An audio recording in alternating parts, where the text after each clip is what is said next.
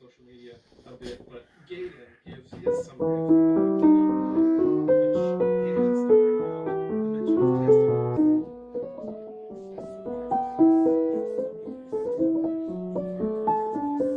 completely, and it doesn't bother him at all.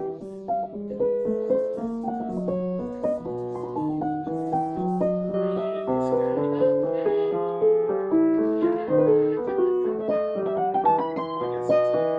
Tilly lets him leave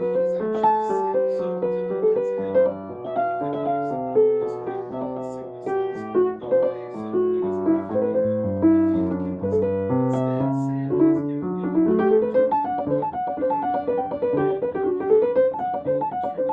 play, and her play ends up being extremely relevant to the plot. And at this point, we're only about 15 minutes into the episode, and there's literally nothing interesting or important happening other than this one thing that is mentioned about her play because it's extremely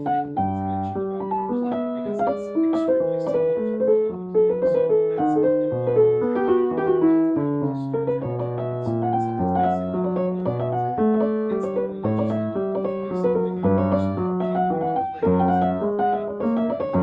talking about plays, and Tilly is sitting in the military adjacent cabin and it's extremely pointless. Sam leaches out and she wakes up in the med bay, and the doctor tells her that her treatment at the spa didn't work and her processors or something have been failing for weeks. The doctor talks about circuits and processors, which, if you think about it, for computers, circuits and processors, they're all right there. But she's a hologram. She's a photonic being, so she has no circuits and she has no processors. Those technically would be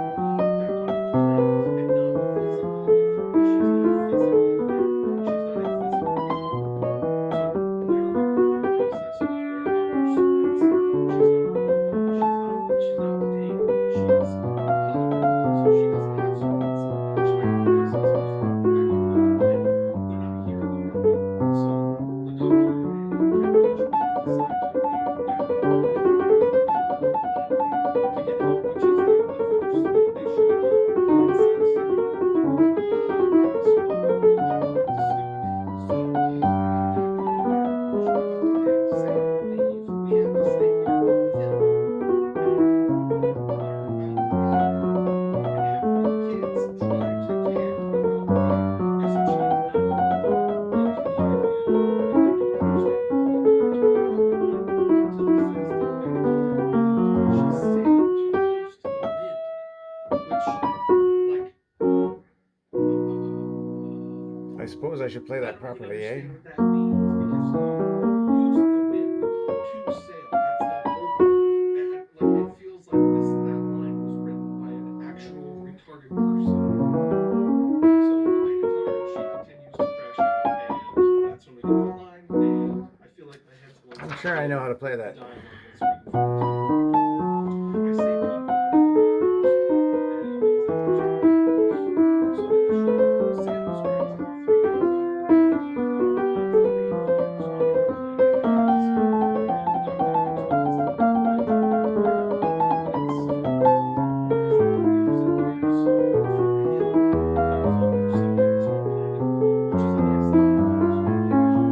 That's actually a really good episode. I Sam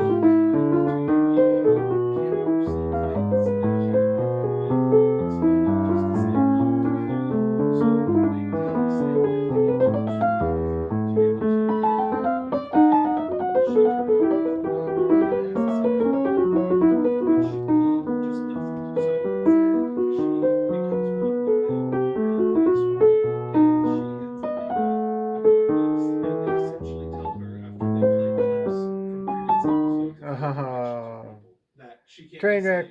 and then she Train dies. wreck. Thank God, finally. They do more theater with Tilly, and the cadets still don't care, but they're all double speaking about the characters in the play.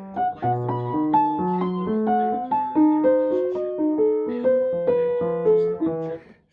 Because apparently they all just want her to Train return, but nuclear they want her to bomb. want to return, as if their therapy involves her getting over her hangups about being a monster or something. It's plenty of like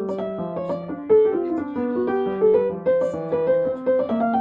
It's just vanilla therapy to like trick the kids into healing or something. It's on the surface and not about actual therapy. So the Manitard decides to leave, and I guess the kids from some other theater think Sadie is not coming back, crying about it, and they figure out again somehow just told us that Sam chose that specific play to help them come together and heal as a group or something. Whatever. You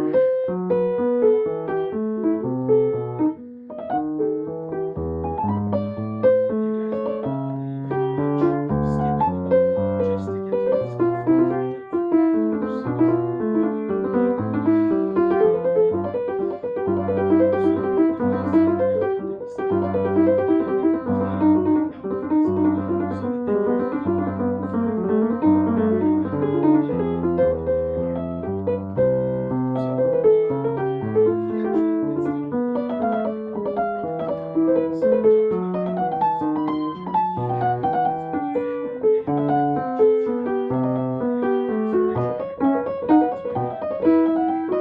back because it felt like he was losing a daughter again or something. But it's a nice callback to Voyager yet again, a show that was 1,000 times better than this show ever came close to. So it was nice to See me see looking that for that one, eh? that's something that happened over 800 years ago. Again, when applied to this show and his line of connection to this particular character is they really enjoyed the relationship between the two of them. They focused more on gay things and gay themes than they had with the actual characters. But he ends up talking about how sad he is about this moment, and they end up talking to the castings, and they figure out that the castings now use the previous memories. So she didn't know how to process the truth of him being the two witches that killed her. So Captain Lishnoff somehow convinces the doctor he should leave because they can bring her back to have memories and to have like a backstory or something instead of just trading her as a symbol. So the captain essentially tells them everything, which they embrace. And he says that he will spend 17 hours on Cassian's and brings her as his own children back once she's back to where she's supposed to be emotionally and physically or something. It's crazy because he's a healing robot made by humans and somehow has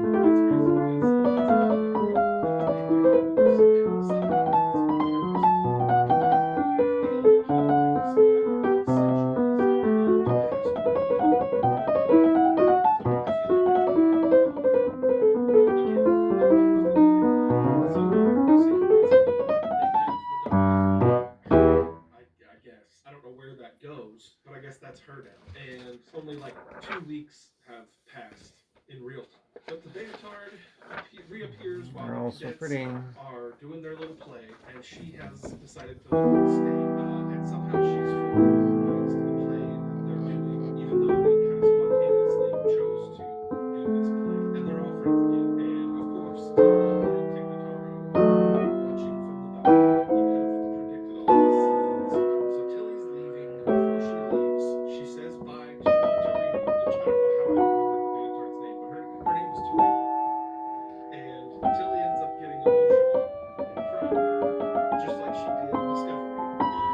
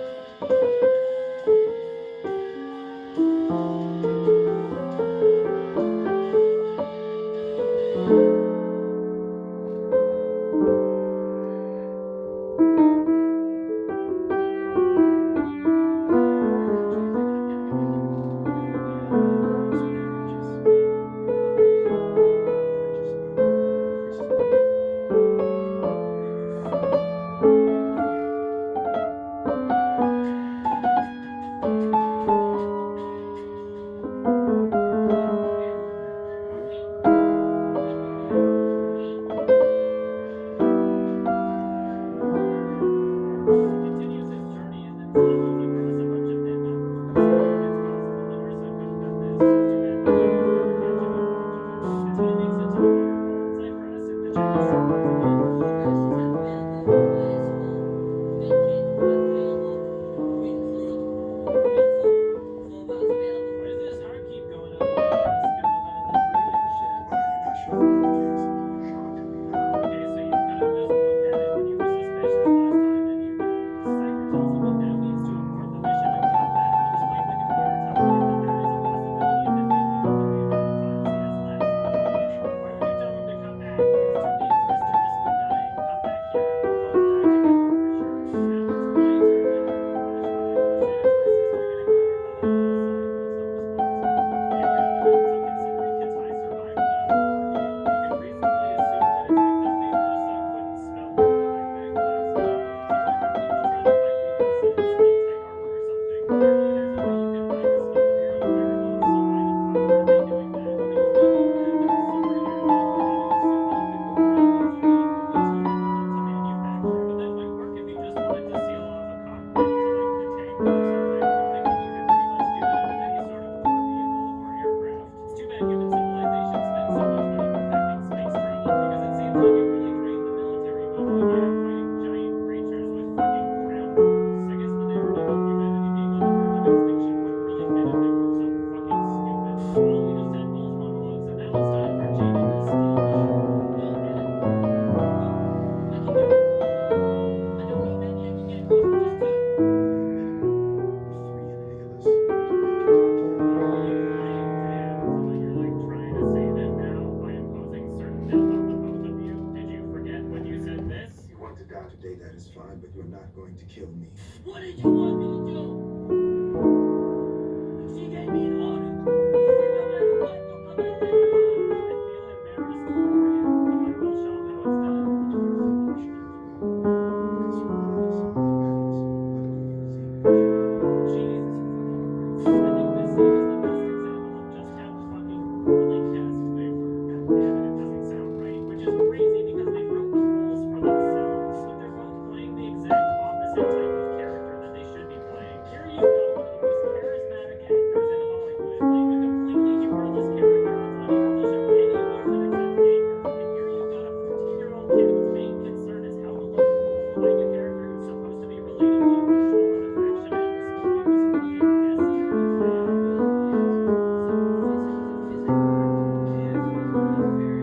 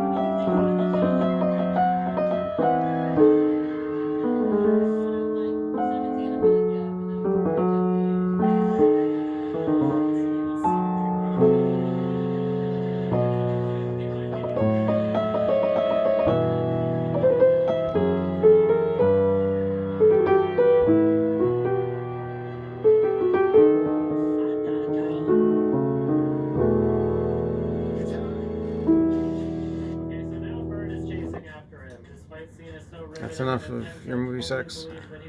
What was this? Your movie sucks during. It's a partita. Partita 6. Partita 6.